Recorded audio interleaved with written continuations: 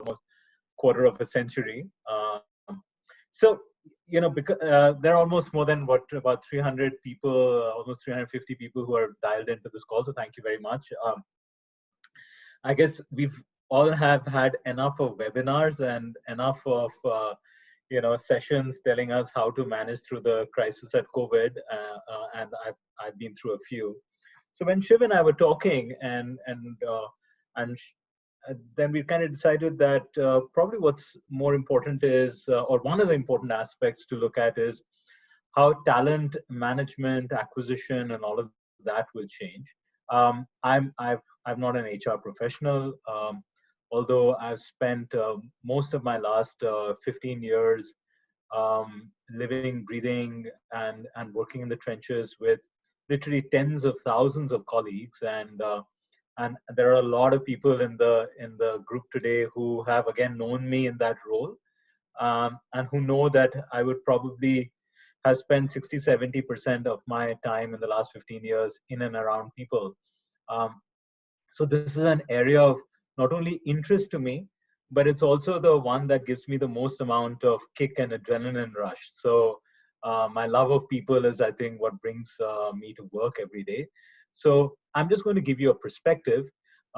Most of you are far more well qualified to take your own decisions and then take some of that perspective and implement it or use it in whatever way you would want to, or for that matter, discard it as something that you heard. So so one of the things that I feel is that the talent and the way we approach talent, the way we acquire that talent, manage that talent, nurture that talent, or for that matter access that talent, has gone dramatic change and will continue to go through a dramatic change post this crisis. So firstly, a much used term, that it is an unprecedented crisis. I've been saying this forever, that in this case it is truly unprecedented, because I think ever since the last ice ages, which is 18,000 BC or so, there's never been a crisis of this kind where human beings have been exposed to a crisis which is uniform in its sort of geographical spread and all across the strata, and there is not a single country or a corner of the world which has been unaffected. It is not like the Second World War. It is not like any of the other climatic changes that we have seen, for instance, the tsunami, etc. It is not like any other economic crisis that we have seen in whether it's the Great Depression or what we have lived through. Probably a lot of us have lived through after 9/11, or for that matter, the 2008, 2009 crisis. Those were all crises which were in pockets, which basically meant that there were opportunities in other parts of the world, or there were opportunities in other sectors. Here, we are dealing with something where everyone is impacted. I wrote rather controversially about a month or so back in the Fortune magazine that this is not a black swan event, and I called it a gray swan event. And what I meant by that is that, was it completely something which was beyond the realm of imagination? I think not. I mean, there have been many people who have been talking to us and telling us about this. Now everybody's almost, TED talk of Bill Gates from 2015. But actually, in the policy world, in the climate policy world, people have been talking about this for a very, very long time, and it is not as much a tail end risk as people make it out to be. Now, what I wrote in that article is that people like ourselves, management teams and business leaders, because the way we kind of use that lens of probability, we start focusing on the here and now, or at best what is there tomorrow, and we don't often, or more of the time, focus on what are all the tail end risks that one event that could throw us off completely. Now, when I say that, the obvious reaction is that, Aditya, I mean, you can't have a You can't have an insurance against every wrinkle in the carpet. Um, but that's not what I'm saying actually. There are industries and there are businesses who are more attuned to certain risk mitigation strategies which others don't. So let me give you an example. For example, when I was running IndiGo, we had put in an enormous amount of money and time and effort behind, what would happen if, since the office is sitting on a seismic zone in Gurgaon, what will happen if this building comes down and the operation control center goes down? What would happen where you'd have to start running the operations from somewhere else? This is not just a redundancy against a network going down. This is not that the reservation systems went down. Those kind of risks a lot of businesses have. But what if a bus comes and hits the road, and hits one of the management team members or senior management team members, and what happens then? um, there is, I think, going to be a need to completely re-look at how businesses, senior leaders like yourselves and myself, look at risk and what kind of risk mitigation we kind of do around it, and what roles boards play and what roles investors play going forward. So anyway, enough of that. um, I truly believe that in all of this, one must count one's blessings, and before we tell all our colleagues and all those whose lives we influence, we must remember that we ourselves have a circle of influence. And even if there are many things about the current crisis which we do not have a control over, we do not know what tomorrow looks like Shiv was saying. I mean, I don't profess that I know anything about which way the world is going to go. All of us have the same amount of data. All of us have all the past looking data, and we're all making kind of some reasonable guesses about what the future is going to be. But if tomorrow that data changes, or that information that we have changes, we'll hopefully wake up smarter next morning, and we will have to take different decisions. But in all of this, there is certainly a circle of influence which starts with yourself and your immediate family, the colleagues whose lives we influence, our friends, and the community that we live in. Um, where I think we have to realize that we do have an influence there, and it's important that we focus on energy on things that we can control. And there's a lot of that. At some point of time, I'm happy to talk about some of the foundation work that we started, but it's just an example, and all of these are things that I practice myself. Whether it is using the lockdown for doing things that I've been always wanting to do, and I never had the time for, or focusing on my own kids, or various things that were on your bucket list but you never got the time for. In fact, a lot of times, some of my younger colleagues ask me all the time, and I get this question a lot in webinars, and that how should we spend my time, because I've got laid off, or I've got furloughed, or I'm not being able to find the right job, and so on and so forth. I think it's unfair to kind of measure our life only on the basis of what our job is and what card you carry, as opposed to the multidimensional personality that we are. And then when we get to it, so many of you are HR folks, um, I strongly encourage you to start looking at human beings as the multidimensional personalities as they are, as opposed to judging them on the professional, notches on the belt that they have ratched up and that they show on their resume. So, this crisis, particularly, I feel that there are 4 stages to this crisis, and I've written about it. That there's a stage of acknowledgement, and there's a stage of containment, and then I guess we are somewhere between containment and survival right now, and recovery is still a fair amount of time away. I think there will be recovery, and I'll talk about it. But even what seems like a motherhood statement on that slide right now, you'll see that there are a lot of business leaders, political leaders, nations who have done a hash job of seeing this sequence. and acknowledging the, and failed to acknowledge the problem early on, or did not do enough to contain it. And therefore there is going to be a long lingering impact of this crisis for much longer than we've seen anything in the past.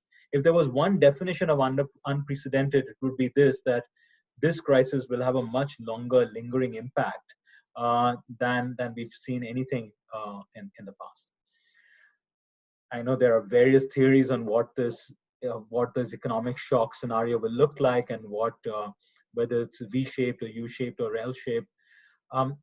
For a country like India, which is a supply constrained market and which is essentially an emerging economy, I've stuck my neck out and I've said that it's that scenario 2 which you see in the middle, where that U-shaped scenario or a V-shaped scenario is what I'm expecting. And the reason for that is that I think a place like India, or maybe even large parts of Africa, will behave differently from the developed parts of the world.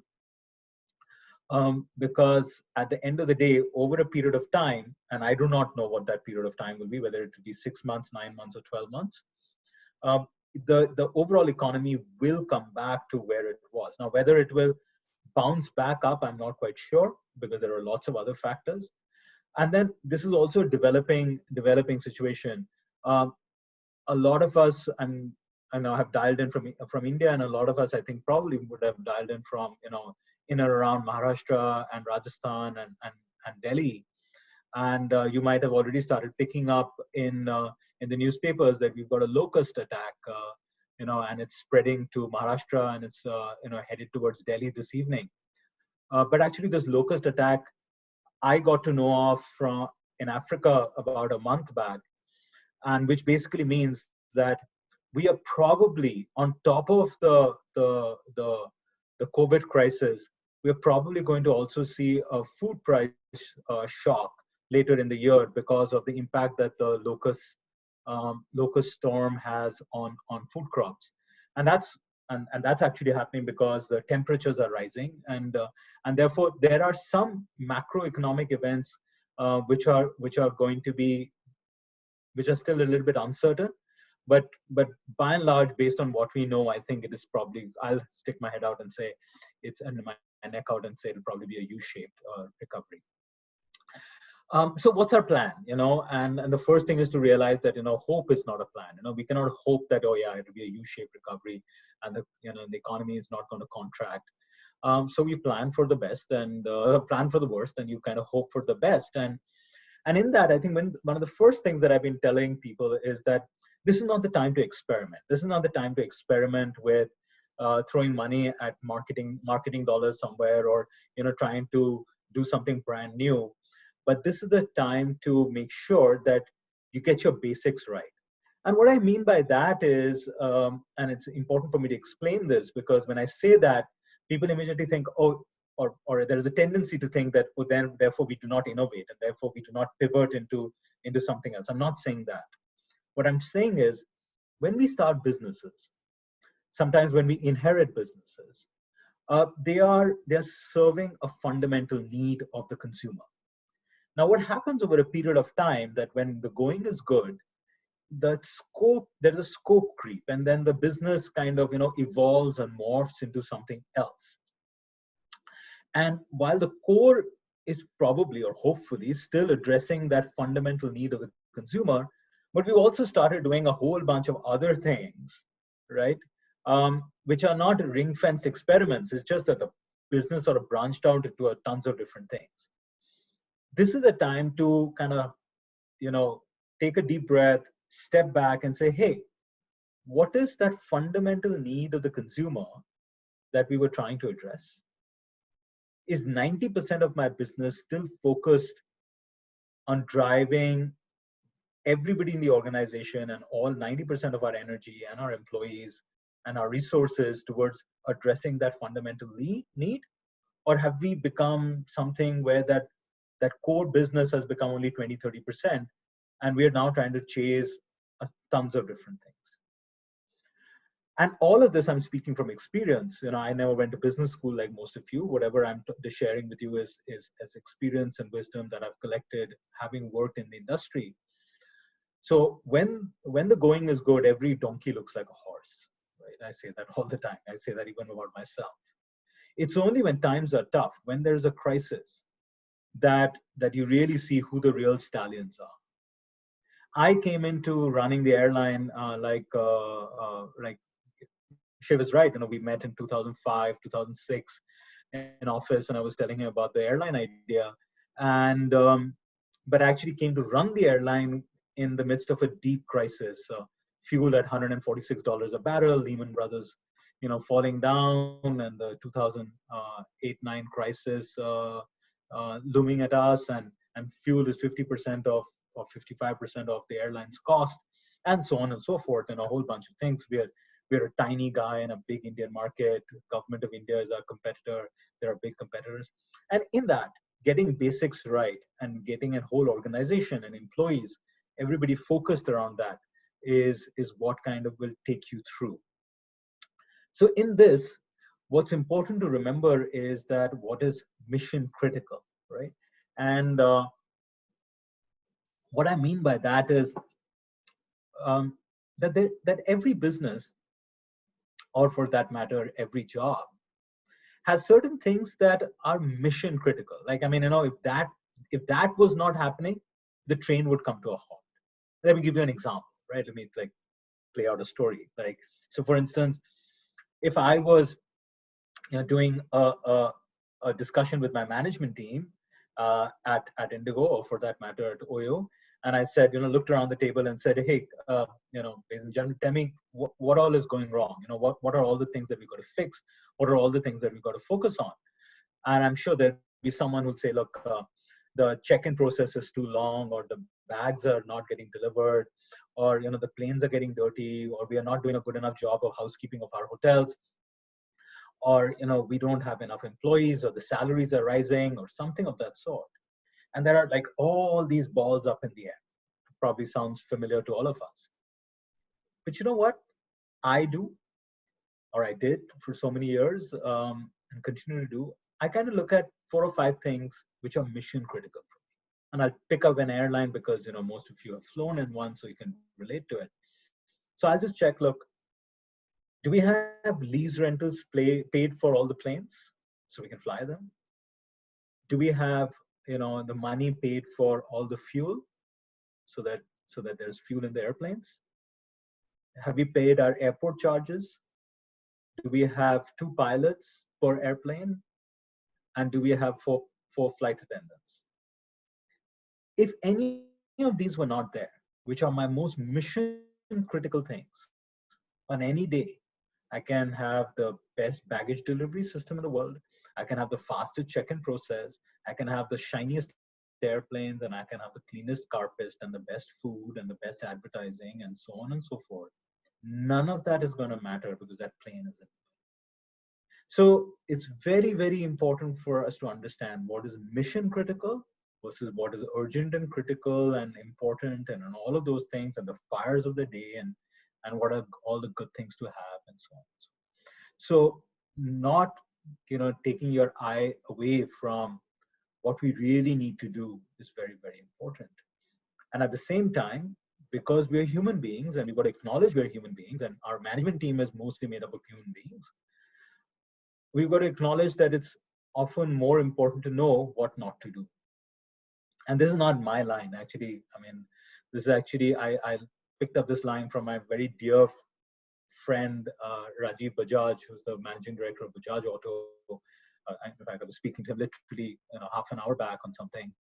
And I remember many, many, many years ago, he and I were sitting somewhere, and Rajiv said this to me, and he said, Aditya, in business, just as in life, it's often more important to know what not to do. And that line got stuck in my head, and it's such a powerful line, and it just keeps emphasizing the reason for focus, right? Of course, Rajiv is extremely witty. He's just very, very funny, and he's very fast. So, one of the things I remember people used to ask him a lot in those days is, Mr. Bajaj, why don't you make scooters? You make motorcycles and you run one of the most profitable motorcycle businesses in the world. Why don't you make scooters? And it's a two-wheeler business. And so I remember he's saying that, the day Sachin Tendulkar plays baseball, I'll start making scooters. so, um, so just again, I, really emphasizes how important it is to focus. And in this, I'd like to make a distinction between hustle and agility. Um, a lot of young companies, a lot of younger professionals, early stage companies wear hustle like a badge of honor on their chest. And hustle is important in the early days, but I'm actually not a great fan of hustle. I'm actually a big fan of agility. And there's a difference between the two. Hustle seems like, it's just like a temporary thing, and you're trying to kind of, hustle on the side of the street and try to rob somebody of their wallet, as opposed to being agile and being able to maneuver and dodge and always keep focus on what is the summit that you're after. And then you've got to be agile and be nimble to be able to get to that, irrespective of how the battlefield is changing. I think that's very exciting, and I think that's something that that that that that quality of agility is something I think I've always looked for in my leaders and in my colleagues, and it has helped me in the businesses that I've been involved with. And that's something that I want to leave behind with you when you're looking for your next breed of people. I said I will talk about recovery, and again, out of sheer experience, I do believe that affordable products and services will recover first. Why I say that is, most of us, hopefully, most of us, are in businesses where we are addressing a fundamental need of the consumer. Otherwise, we shouldn't be in that business, right? If there's no consumer gap, if there's no gap in the market, and if there's no need for that product, then frankly, that's a weak wicket to be on. But most of us are trying to address a fundamental need. Even post the COVID crisis, that fundamental need will remain. It's only a question of who's able to service that need with a product or a service that is more affordable than everybody else. Because while that fundamental need will change, there will be another fundamental need, which is to conserve cash, right? So therefore, I believe that, for example, travel, or anything, hotels, or whatever you want to pick. It is the affordable segment of the market which will lead the recovery, and I've seen that in the past as well. Which also, by corollary, and what I'm saying is that products and services where there is a high dependency on discretionary spending, that they will go through extreme pressure. And that's driven by the fact that, especially in a country like India, a large domestic consumption economy, India is a supply constrained market, and therefore, that affordability is very, very key. And in this, what is the role of the leader? I think there are two very, very important things.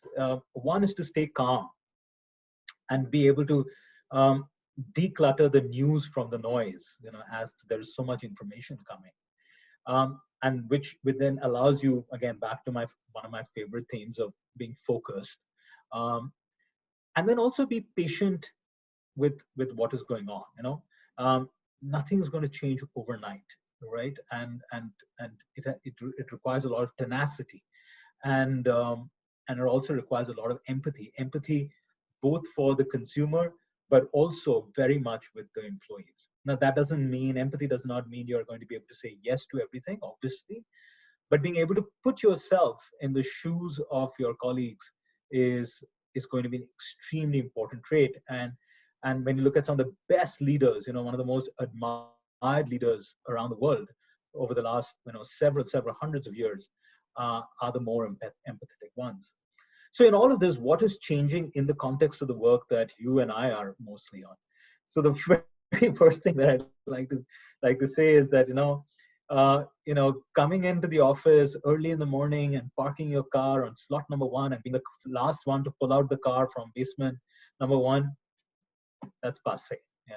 That's not going to prove what a great employee you are and how hardworking you are. And some of you are probably sniggering. I've seen this. I've seen HR departments, kind of keeping track of whose car is parked where, and that his car is always the first one to he's always the first one to show up in office, and he's always the last one to leave office. That's all gone. That's not going to make any difference. And the other thing, and I'm going to be a little bit unkind to HR folks. There are more than 400 of them dialed in here, so what's the point of a webinar if I don't make some enemies? But on the behest of leaders and on the behest of HR folks, you're always trying to keep a tab on what's happening, what's the cooler talk. Like I said, WhatsApp killed the cooler talk. Nobody is now standing around sipping coffee in the pantry and talking about and gossiping. All that is already happening somewhere else. So you've got to find a different way of actually being able to keep your ear to the ground and be able to see what's actually the buzz, and what's in a more sophisticated way, whether you have your finger to the pulse. And by the way, I'm not new to this. In the businesses I've been, where only, I don't know, at best 5-7% of employees would have been at one place, and I had 92% of employees in completely different locations spread across sometimes 60, 70, hundreds of locations. So I've always been the leader of an organization with this very, very disparate workforce, which is all over the place. And in the case of an airline, by the way, 50-60% of the employees never see an office. They don't have an office. You may have worked as a pilot or a flight attendant for an airline like IndiGo for 13 years now, 14 years, coming up to 14 years, and you never had an office. You went from home, got into a cab, went to the airport, got onto a flight, went to a hotel, came back on a flight, and went back home. You never saw an office. You never were in an office. And yet, it's one of the best companies to work for whatever, 11, 12 years in a row, certainly the 10 years that I ran the airline. And no unions, huge employee engagement. So there are other ways to do this thing. Similarly, for people like myself who used to love skipping work, and and my colleagues know this, I have skipped out of work in the middle of a day and go watched a movie or go out, and I have seen a cricket match, or I've taken colleagues and said let's go out and get chaat at Haldiram or something of that sort. My previous boss and founder Rahul would call me and say, "Aapne khana kha liya?" I said no, and he said, "Want to skip over for ice cream or chaat?" And I would say yeah, and we would. That thrill is gone because you're working from home. What that basically means is for us, when we are trying to address or trying to judge people how hardworking they are, that's going to disappear, because that person may be he may be indulging in an afternoon siesta every day, but his work still shows up. So all the traditional ways of judging, perceiving, and seeing how an employee works, or how they feel and what kind of employee that person is all going to change. And don't underestimate these biases that have got built into us over decades, and how we judge people, and and how we kind of, when somebody asks, so what do you think of him? Oh yeah, he's just super hardworking. He's just super enthusiastic. He comes in every day. There's no Saturday, Sunday for him. All of these adjectives are all gone now. Every day is a Saturday, Sunday. And even if I was sleeping the whole day and I still showed up with my work in the evening, it's going to happen. So efforts are going to be replaced by outcome. Of course, the best of the companies in the world have done this for a long time. They have been very outcome-driven cultures. But we as human beings, we like getting appreciated for effort. But all that is now going to undergo a dramatic change from being effort-driven to outcome-driven. There are going to be goal-setting challenges. There are going to be goal-setting challenges not for senior people, but there are going to be goal-setting challenges for frontline employees, where there are groups of employees doing something, right? So therefore now, when you're not being able to see the shop floor, so to speak, it is going to be very difficult to sitting remote and saying, okay, did team member A, B, C, D, E, which one worked more or which one worked less? And that's going to be a goal setting challenge at the and target setting challenges down to that final last employee level, because you can't see them anymore. They're not within your physical presence anymore. Anybody can do anything from home. And and so each and every unit of large organization will have to be measured separately.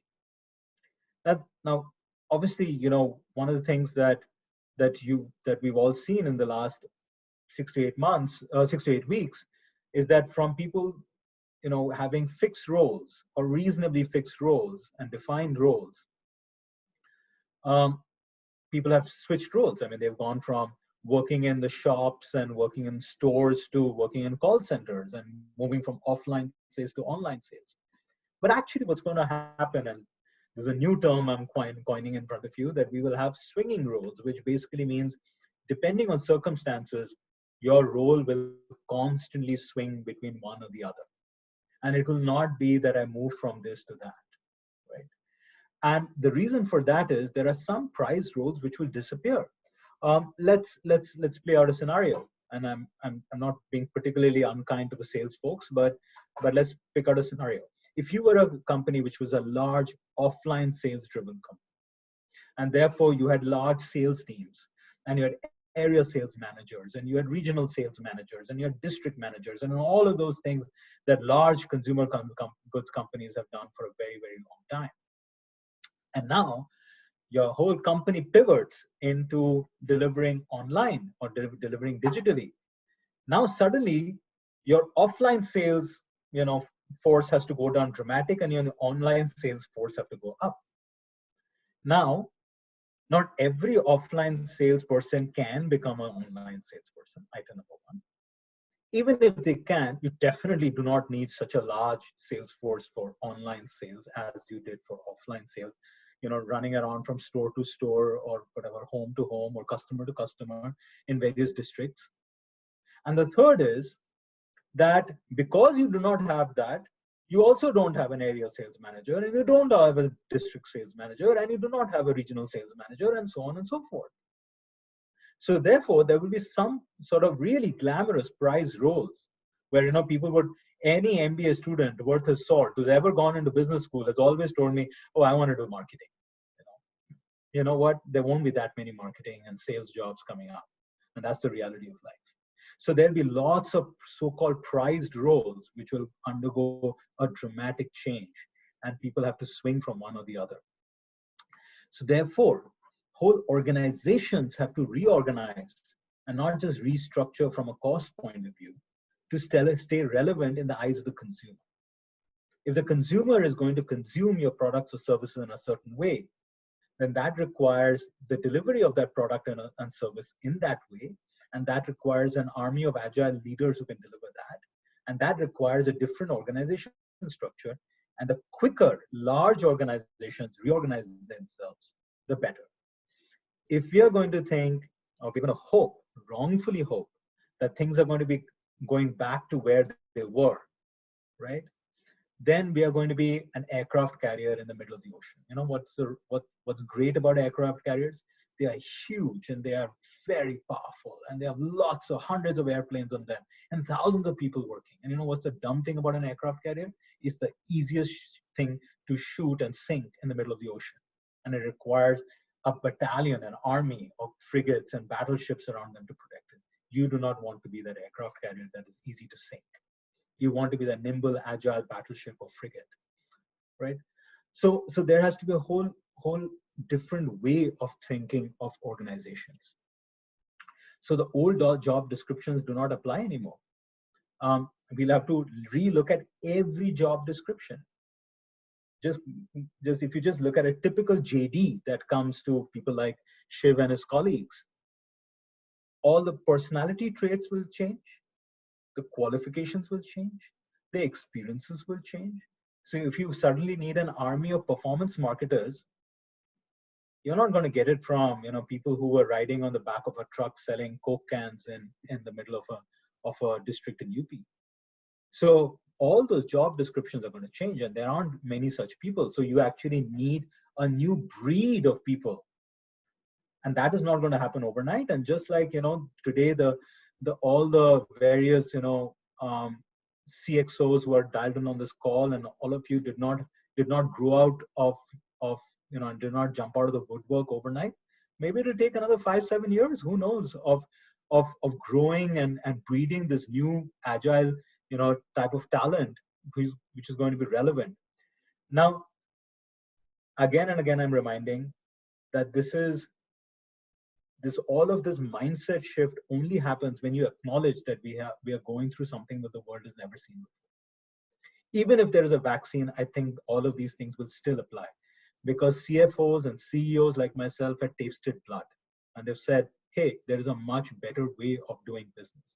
Customers have tasted blood and said, hey, there's a much better way to access these services. And in all of this, it's important to kind of communicate with the employees and have an continuous engagement. And then there are some unintended benefits that we've got to hold on to. For example, the impact that there has been on climate. And it actually goes to show that where there is a political will, political leaders around the world will come together and make dramatic decisions when there is a requirement for it. So there is an opportunity staring at us. There's an opportunity to sharpen our cost and focus. Then there are new pools of opportunity. For example, women, many of whom could not have come to a typical 9 to 5 type of, opportunity at a job place, or companies could not do massive amount of flexible, work hours. All that has changed. We are all now living through flexible work hours. What I mean by the wise is, are with life expectancy where it is, 60 is no age to retire. So you have lots of people with great amount of experience who may have retired at the age of 60, but there's that huge pool of talent and experience who you can combine with young companies, with the young, and create, again, access a larger pool of talent. And clearly what we've understood is that we're not an island. None of us as individuals or as countries or as nations or businesses, we're highly interconnected. And what happens somewhere, that famous butterfly effect, is going to have an impact all across us. So, well, in all of this, I hope you stay safe, and like I keep saying, keep chasing your dream, and don't forget to smile. So thank you, Shiv. Thanks, Aditya. That was really good. So the bunch of questions that have already come, and I have some of my own. So let me just get right into that. Sure. There. So work from home, right? I guess that's the, now today, the way I see it is we're all doing two jobs. There's work from home and there is work for home, right? The new acronym of BJP, Bartan Jhadu Pocha. This is going to change, right? I mean, you're going to get help that's going to come back. The kids are going to school there. Is this work from home, and a lot of companies and clients are grappling with this, is this sustainable? Is this just flavor of the month and will go away? So I'm looking at work from home beyond 2020, beyond COVID. And the follow-up question is, what are the implications of that on talent and human resources? I think, Shiv, this is definitely here to stay for a long period of time. But having said that, it's going to have, if I would probably assess the impact in 3 different ways on the industry. There is a large bulk of the companies where this will, as I said, this will become the new norm, and people will be able to say, hey, why do I really need all this massive amounts of real estate cost, and why would I lose productivity in traffic, and and so on and so forth, right? Then there'll be another smaller segment where there'll be almost no impact, because they're highly regulated businesses. For example, airline, right? You have to have a certain number of security personnel per aircraft. You have to have a certain number of pilots per aircraft. You have to have a certain number of flight attendants per aircraft, and so on and so forth. Right? So there'll be a large part of the population which will be untouched. And then there'll be some, let's say online education, for example, where there might be a dramatic shift, because I was talking to a friend of mine last evening, and she runs a play school. I'm not even talking about a coaching class or a school like your kids and my kids go. And these 2-year-old, 4-year-old, 5-year-olds are now consuming education. 2 to 4-year-olds are consuming education in terms of videos. And I was talking to her and I said, hey, that basically means, at least theoretically, instead of having 200 kids in your school or 100 kids in your school, you could now have 5,000. She said, yeah, I mean, like, theoretically you can, but something which was impossible earlier, right? So I think there'll be these three different types of impact.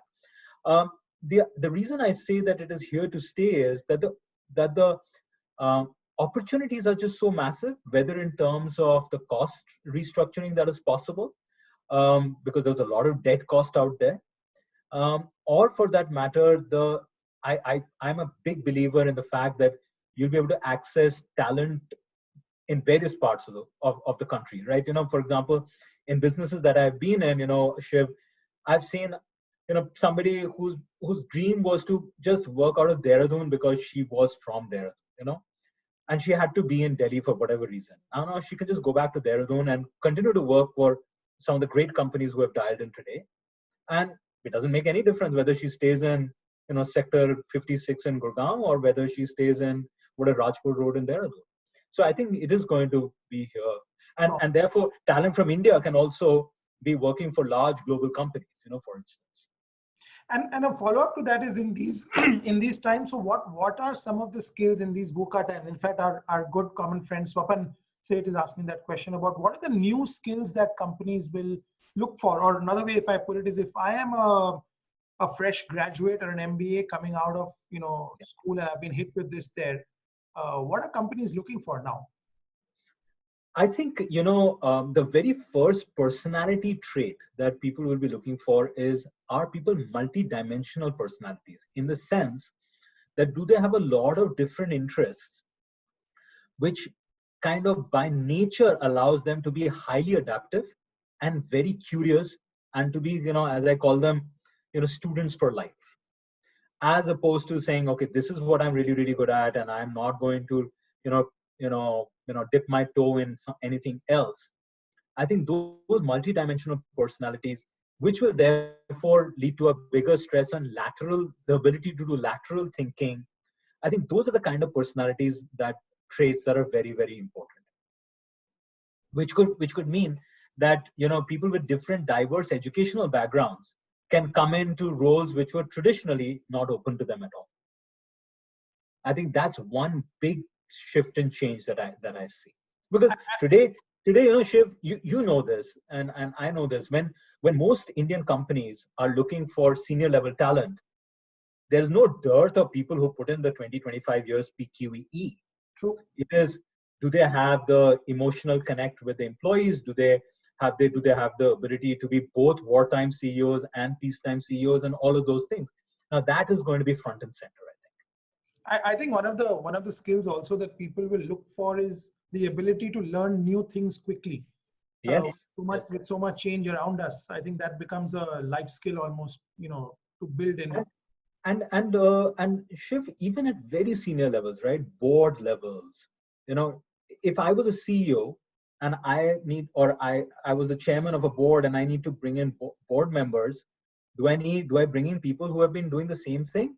Or do I bring in people who can help coach, mentor my CEO, or for that matter, engage with the board in a way that can be, highly adaptive, and say, okay, here are 5 different things that we have done.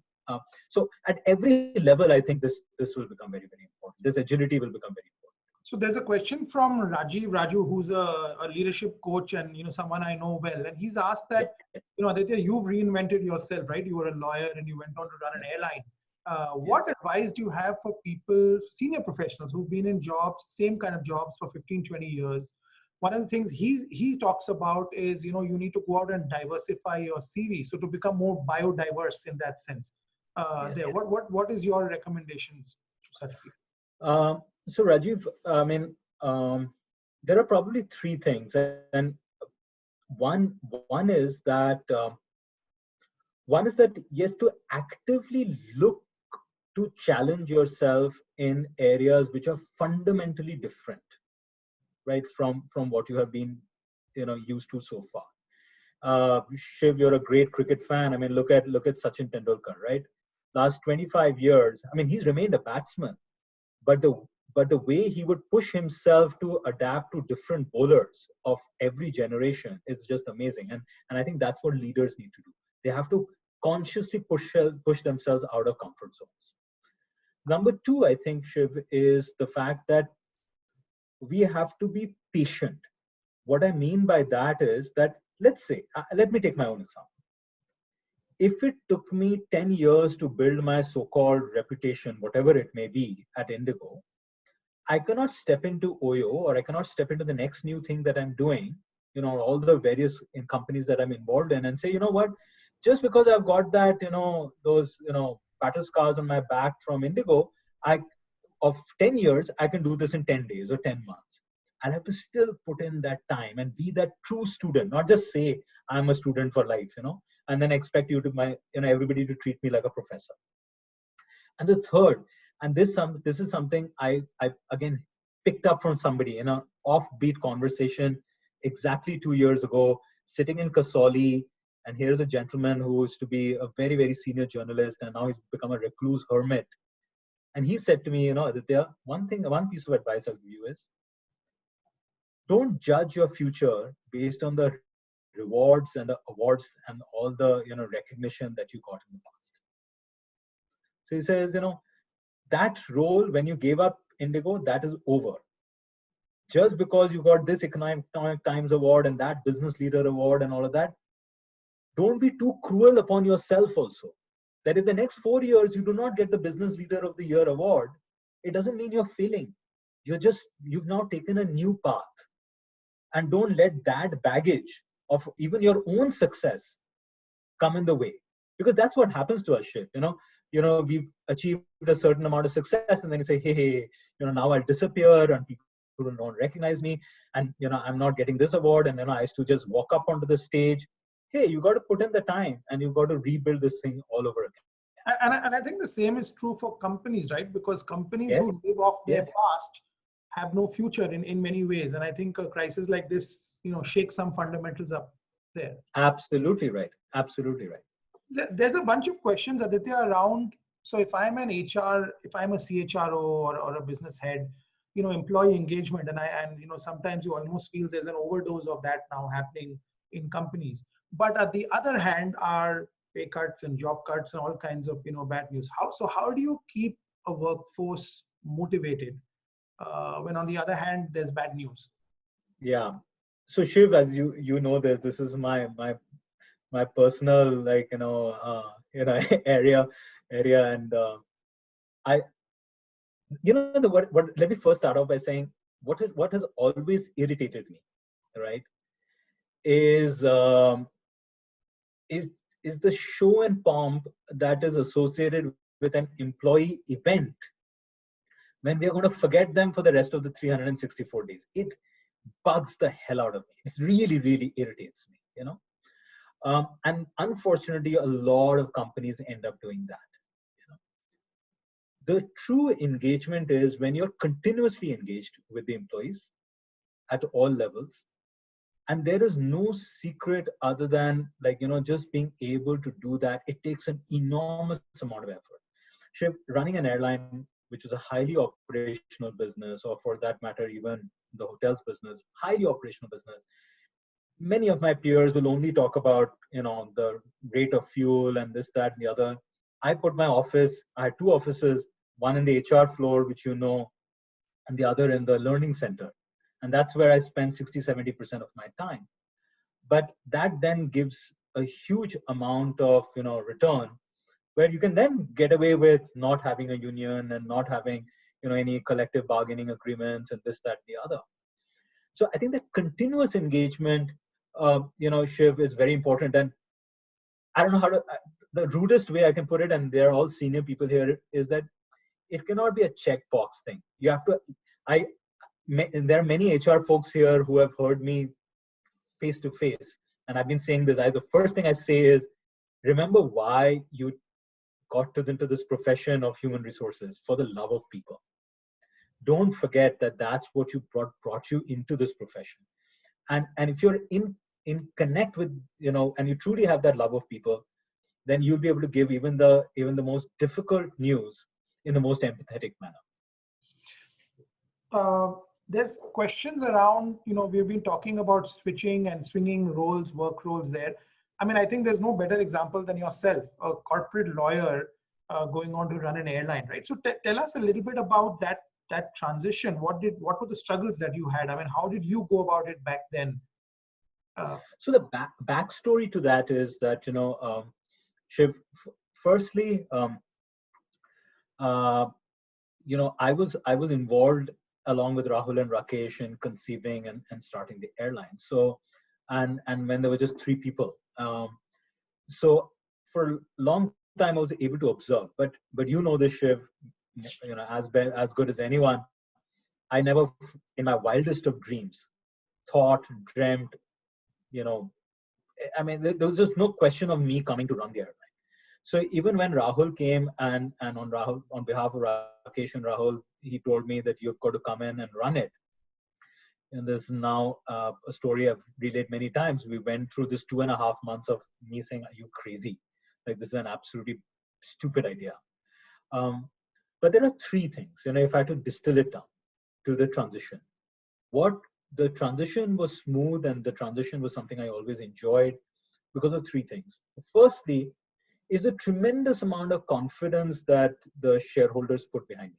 I remember the eve before I walked into the IndiGo office as the guy leading it, I sent a SMS in those days to Rahul saying, Rahul, I'll give it my best shot. And he immediately responded back saying, "That's all I'm looking for." That's number 1. Number 2 is, when I came in, all my direct reportees, right, except one, each one of them was much older to me. Some of them who were heading the various operational departments, like, let's say, the head of engineering, Mr. S.C. Gupta, he was born before, I mean, he started working in the airline business before I was born. The head of flight operations had become a pilot when I was 3 years old. The head of in-flight had become a flight attendant when I was 4, right? But all of these great experienced people accepted my leadership, and we got together. And I truly mean, we got together. Because on day 1, I realized, and I don't know how it had happened, that I'm a member of the team. I will take the bullet on my chest, and that's why I'm the leader. But everywhere else, I'm the member of the team. So that was number 2. So ever grateful to those colleagues and the thousands of colleagues who made me look good over the last several years. And the third most important thing is, Shiv, I would enter work every day, as I do today also, being ever curious. I'm like, wow, I learned something new today that I had no idea about in the morning. So what happens with that is, it just becomes a very enjoyable thing. And it's very natural for you to say, "Hey, what did you just say? I had no idea." And, how do you do that? So a recent unfortunate incident about the Pakistan Airlines crash, right? Today, for me, it's so easy to understand, or I wouldn't say easy, but imagine what actually happened, what happened with the landing gear, etc. I'm a lawyer. Who the hell? I've never been a pilot, but I've been through months of understanding when does a landing gear get dropped, and and what happens, and what are the signals on a 320, and I loved it, right? And that goes in every aspect of the business. So I think those are the 3 things I would really, and it goes back to what your friend Rajiv was asking. Push yourself out of that comfort zone and just say, "Hey, I'm here to learn something new today." Otherwise, we just come in and it's a maintenance job. True. There's a bunch of people here, obviously, also from your sectors, aviation, hospitality, and there's everyone wants to know your view on basically when things are going to turn around. What do you do? Yeah. I mean, if you're running a hotel or if you're running an airline now, if you were back in IndiGo, how would you handle this? So, for the last 8 weeks, I've held a fairly contrarian view to everybody else, almost everybody else, publicly. When everybody else is saying that, this thing is just going down to the dogs. And of course, famously, Warren Buffett sells, his airline stocks, and that doesn't help. But I've had a very contrarian view saying, this is India. And if you're in the travel and hospitality business in India, there are a few things that are important to understand. It applies to airlines and it applies to hotels as well. The very first thing is this tremendous shock that the industry is facing is because of an artificial restriction all around the world in terms of the lockdown. It's not like the fundamental need disappeared. It's not like, I can do without going for a cup of coffee at a local barista. Here, the fundamental need is there, but there's an artificial restriction. And the moment the artificial restriction is lifted, people, and of course, thankfully, I know I'm gloating, but it's almost like, see, I told you so. Suddenly, airplanes are running full and trains are running full, and 200,000 train tickets get sold in the first 2 hours, and so on and so forth, right? The second thing I'm saying is there's going to be an initial surge, there's going to be a longish sluggishness, and then there's going to be recovery. We need to get prepared for all three. That longish sluggishness is going to be shorter than any other part of the world because we do not have enough trains, planes, buses, and cars and autos and public transport in this country. So therefore, we are in a supply constrained market. The third thing that and the recovery is going to be led by affordable segment of the market. So buses will run fuller than trains, and trains will run fuller than planes, but planes will definitely run fuller than any other part of the world. And similarly, the affordable segment of the hotels will run fuller than the more expensive parts of the hotel. The third thing that I've been saying in this industry is, as far as the airline business is concerned, the domestic airlines are sitting on domestic consumption, and they are going to be in a fairly good spot, as opposed to international airlines. And those international airlines of India are definitely going to be performing far better than international airlines, even the largest ones, out of small countries, because those airlines were highly dependent on connecting traffic. There is no massive, millions of people coming out of Dubai or Singapore wanting to travel to the United States. There was connecting traffic. So therefore, you are in a better spot here. Now, the last bit about this Warren Buffett thing, and clearly, I am no one to question what Warren Buffett does. But we have to remember 2 or 3 things, because it's very important, because some of these things, even when Mr. Buffett said it in the call, I think most people missed it. Remember that he had only 10% in some of these major carriers. These are not his operational subsidiaries. He doesn't run those airlines.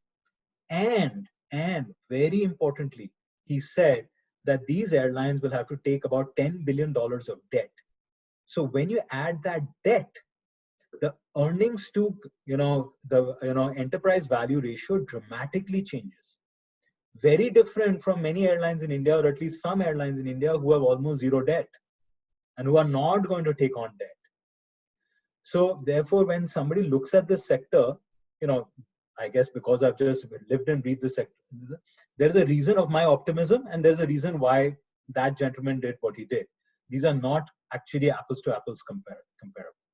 So if you are in the travel and hospitality business, just stick in there. You've got to find cash runway for the next 5 to 6 months, and you'll get out of this thing. There are a bunch of questions on other sectors, but rather than trying to go into each, but we won't have time. I just wanted your view on, in general, if you were, a betting man, and if you were, investing in sectors today, let's take a 12-month horizon. What are you bearish on? What are you bullish on? So I would say, rather than sectors, I will look at it, and the way I'm looking at my decisions are: question number 1, is there a fundamental need that this business is trying to address? It could be a very old sector also. It could be the lending business. It could be, for example, there is a business that I'm involved in, and it's a platform on which it is connecting small and medium enterprise borrowers with large lenders. So it's a lending business, nothing new. So is it a fundamental need?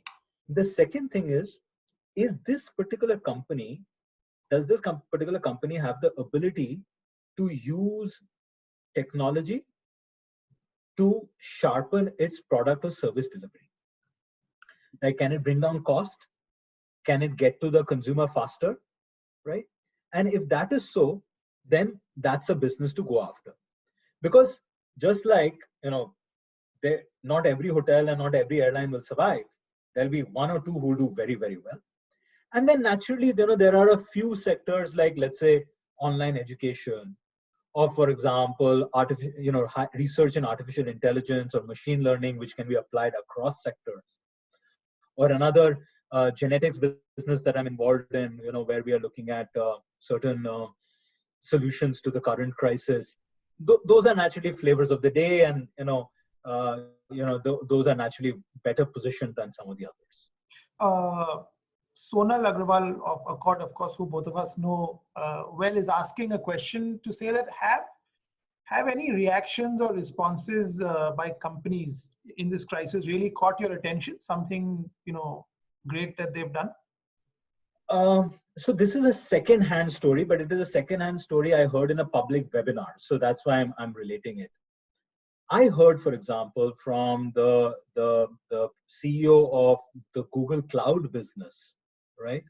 Who was on a Karan, who was on a kind of a webinar with me on Forbes, and he said that they've been working with, for example, TCS, who have some 400,000 employee workforce or something, and they've said that over the next 4 years or something, they're going to dramatically shift almost all of their employees to work from home. And I was thinking, wow, here is this massive company with masses of people, where they could have just said, hey, no, we need tech, and we need wiring, and we need broadband, and we need this, that, and the other. But they've set themselves up to this lofty goal. Or that for that matter, even the way, when the ministry announced that civil aviation will open up, and 2 days later the airlines had to fly. The operational challenge, having run these businesses, from getting hazmat suits to making sure that planes fly on time to bags are delivered and all of this kind of stuff, it means that a lot of very smart minds came together and got focused and said, hey, we've got 48 hours to solve this problem, and we've got to kind of come out somehow make this thing happen. The third is that I think what these fintech companies and what these AI-driven companies are doing is important. Of course, everybody's praised the e-commerce and the logistics companies already. So yeah, I think those are some of the things where I guess while I'm speaking, I realize that there is a theme in what I'm saying, which is, are you being able to be agile, and are you being able to kind of really focus on what the customer is needing, and can you, with laser sharp focus and speed, go and deliver that? Sure. Okay. Just looking through the questions here. So there's a simple question. Would you, if you took a 12-month view, would you invest? Would you consolidate? I would first of all make sure that your own business, your own family, your own bread and butter, that you have enough cash runway for that. So this is not a time to gamble. Again, Warren Buffett himself said that Berkshire Hathaway does not have any short-term financing. They only hold treasury bills, and they don't do commercial paper, for instance. And for a company of that size, and they went and raised another few $1 billion, $5 billion, I think, a couple of months back. But then after that, yes, absolutely. If you were in the business of investing, which is your own core business, is that, I think there will be some very, very attractive opportunities where the only thing that is lacking is capital. You have a need, you have a great product, you have a great team. Now you just need capital to kind of make sure that you're able to address it. Those will be, I think, some very, very interesting opportunities, and those valuations will be very attractive. Sure. I just want to focus on the government response and the economy broadly.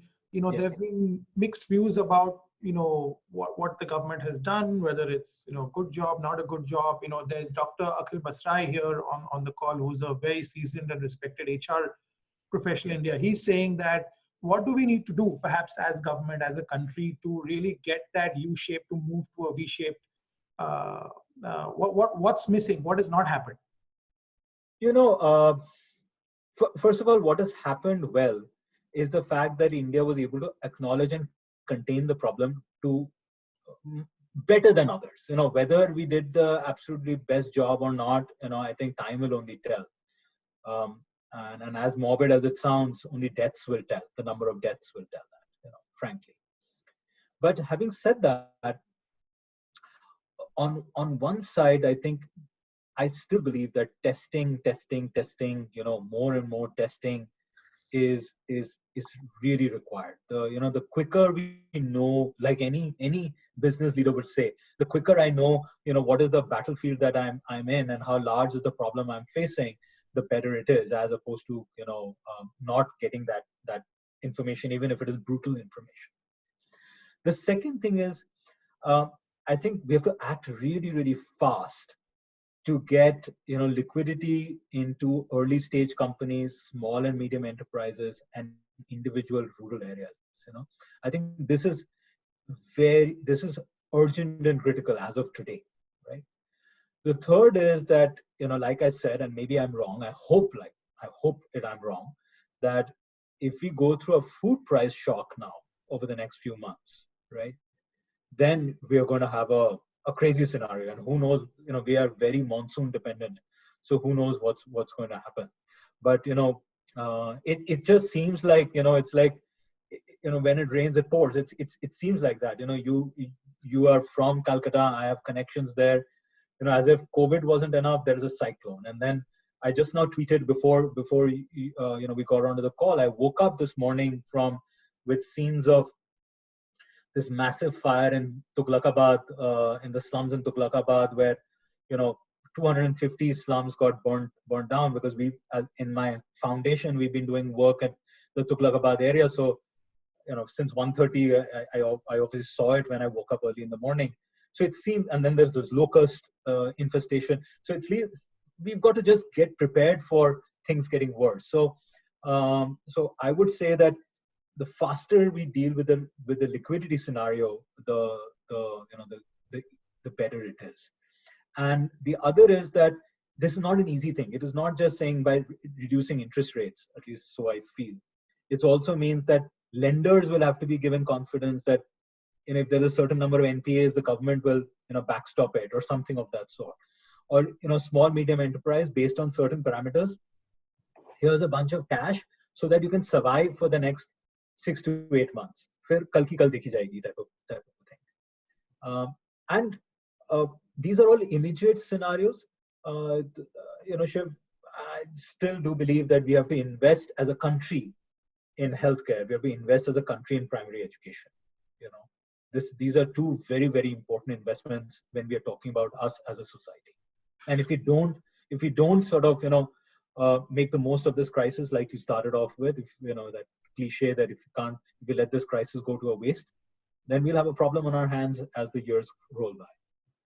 If I was a small business owner, what does the post-COVID world look like? That starts to get a bit frightening.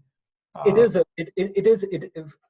is frightening to the extent that my independence as a business owner, I think, will get impacted. The opportunity is that there may be consolidation. There may be umbrellas under which you can kind of plug in. I think that will happen. So, for example, in all of this, from the little that I have personally seen in the Geo, Innovation Center in Navi Mumbai, etc., with that POS system and with all that has happened today that they have, many of these Kirana stores will suddenly become e-commerce stores. Yeah. So I think there are some of these opportunities as well. So which, it was not possible for that SME earlier.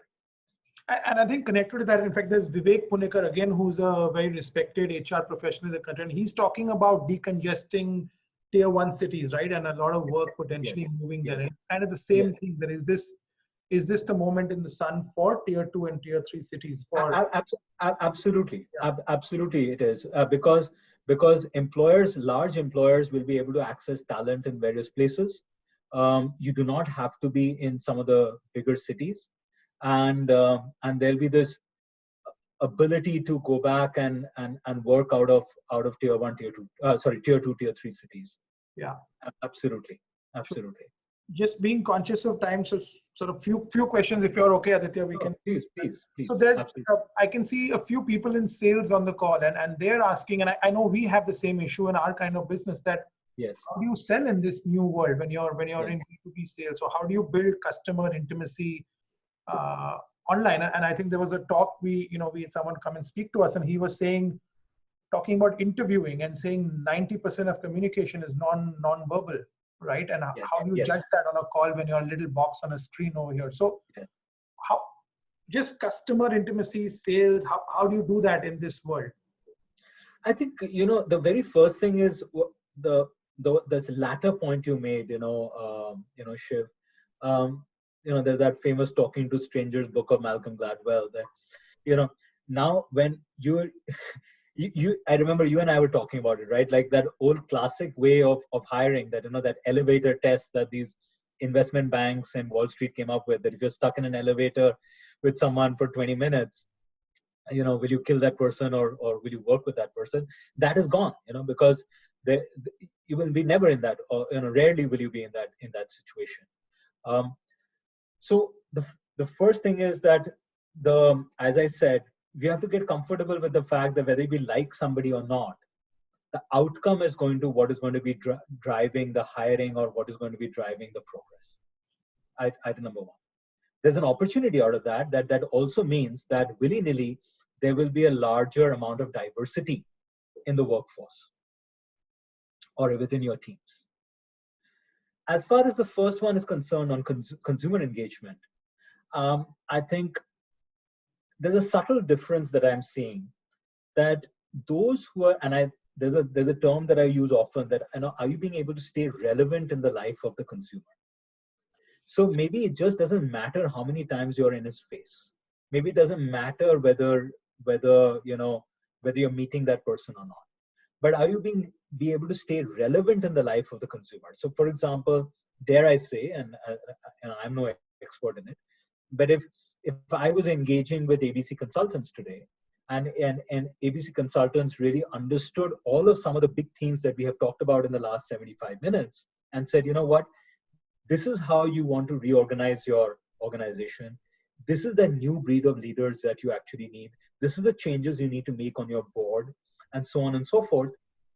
Then it becomes a very compelling conversation, a very urgent conversation, as opposed to saying, let me know when we can catch up, and let this lockdown get over, and then we should definitely meet. These are just two different conversations altogether. Sure.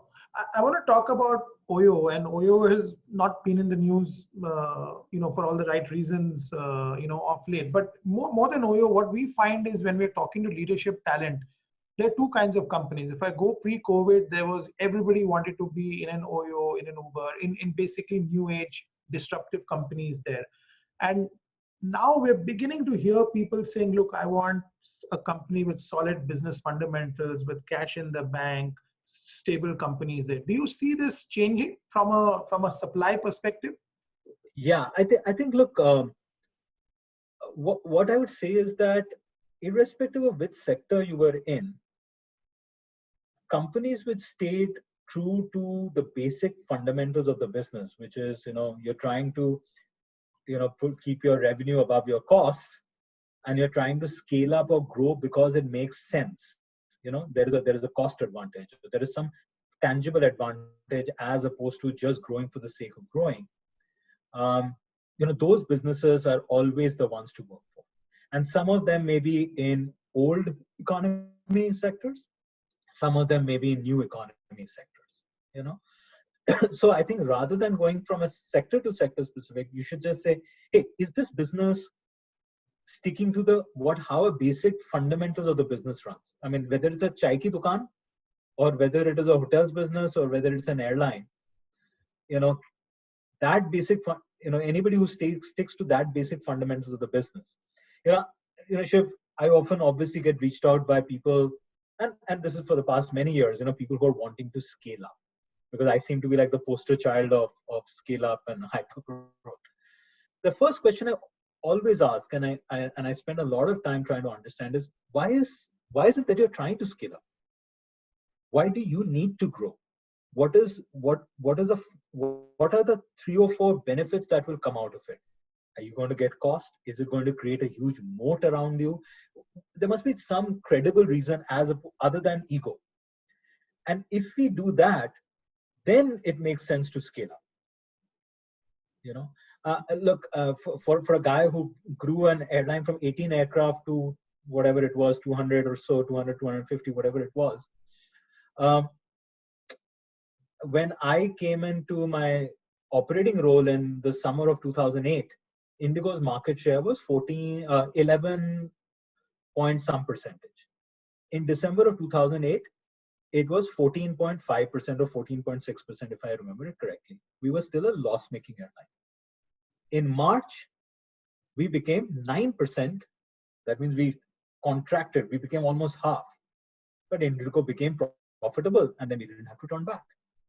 So there is a reason why you do something, and it's very important to understand that reason and then go chase that goal. A colleague of mine is asking a question to say that, will anyone dare ask this in an interview again? How do you see yourself in the next 5 years? One of those cliched questions. Yeah, I know. I think the best way to answer that, which is always the best way to answer it, when people ask for 5-year business plans, etc., is that you got to remember to say that this plan is only as good as it when it came out of the printing machine. But beyond that, yeah. True. But I think your colleague does ask an important question, because human beings, we are wired that way. And I don't know if you've seen this in personal conversations also, Shiv. There is increasingly a tendency to think, how am I living my today, and how full is my today? How am I living my life, and am I trying to realize my true potential today? And then tomorrow is only a consequence of that. I think that's not a short-term way of looking at it. I think it is more about, are you really being able to be as self-aware and you've got to take some of those risks, which was one of the questions we addressed earlier. The risk of chasing all your various potentials that you have. Like Shiv, for example, we would love to see you as a rock star with that guitar behind you, and I've heard you play and sing. So I strongly encourage you on behalf of all your colleagues. Thank you. Interesting question by Priyambi, and she's saying that what do you think of slowly moving towards a barter economy for essential services? And so while luxury can be monetarily paid, you move towards barter. So there is definitely a possibility, but maybe it will happen in slightly a different way. For example, we don't have peer-to-peer lending in India, right? But peer-to-peer lending is a very large business in China, and in fact, peer-to-peer lending led the fintech revolution in China, right? So, which is a kind of another sort of way of bringing in large masses of people across platforms. So I think it's a very, very innovative idea, and who knows that especially in the rural sector, etc., in the social impact sector, there is a real possibility. I mean, it's an absolutely fabulous idea. Sure. I want to talk a little bit about you as a person. I mean, one obvious thing, and I remember again 25 years ago, like I mentioned earlier, you were not quite the fittest executive in India, if you can be polite on the call. And I think anyone who knows you or knows of you knows what it is today. So tell us a little bit, I'm not asking for exercise regime over here, but tell us about how did that actually work at the core of it? This personal transformation. Yeah. So, Shiv, the very first thing is that growing up in India, most of us grow up with a certain mindset.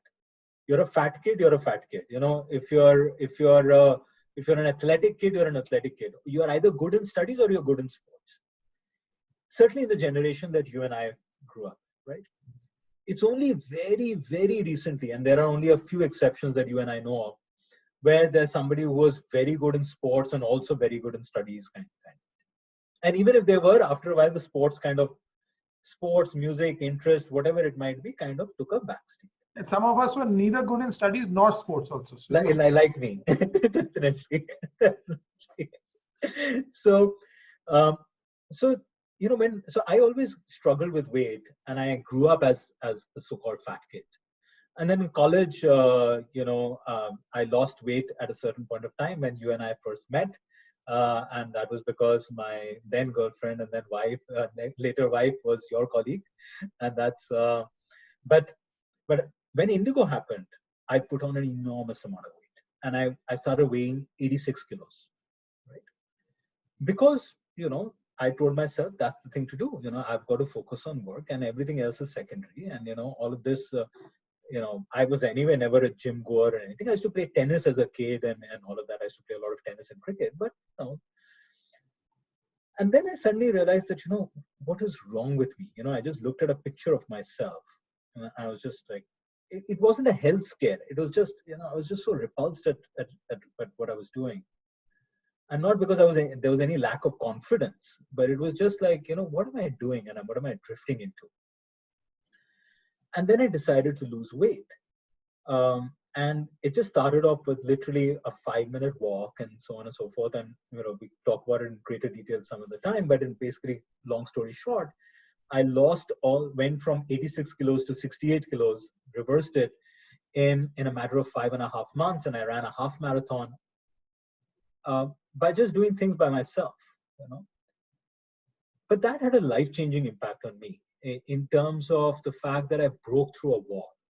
I broke through a wall, and I suddenly came to the realization that here is something that I thought I was never going to be good at. I wouldn't even attempt on.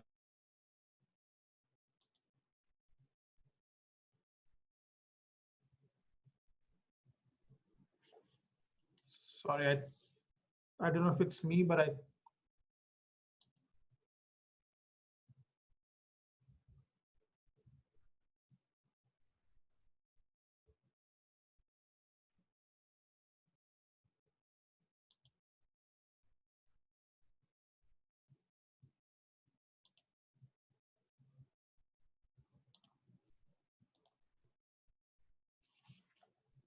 sorry guys, I think he'll be back. It's probably had an issue. Just give us a minute. Can you hear me? Yes, I can. Sorry, I think you had a. Yeah, sorry. So I was saying that, and I got to the point where I said, what? Here is something I was never be that. And I just said, I believe it. And then from there on, Shiv, Yeah.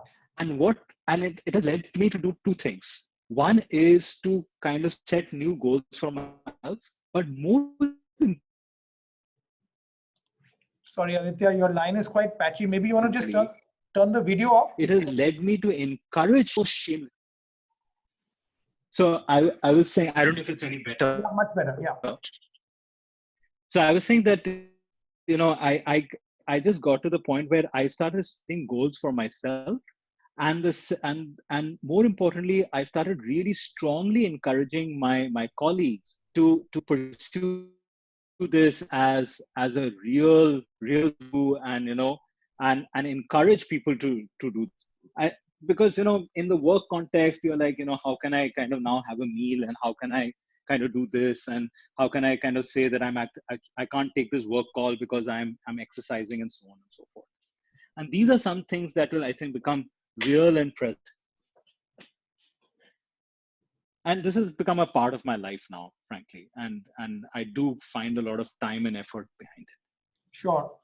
Last question, Aditya. Again, I did notice on social media about a foundation that you've started, Homage Foundation, and I did see some great work that you were doing there. What drove that? I mean, was this triggered by COVID itself, or tell us a little bit about that?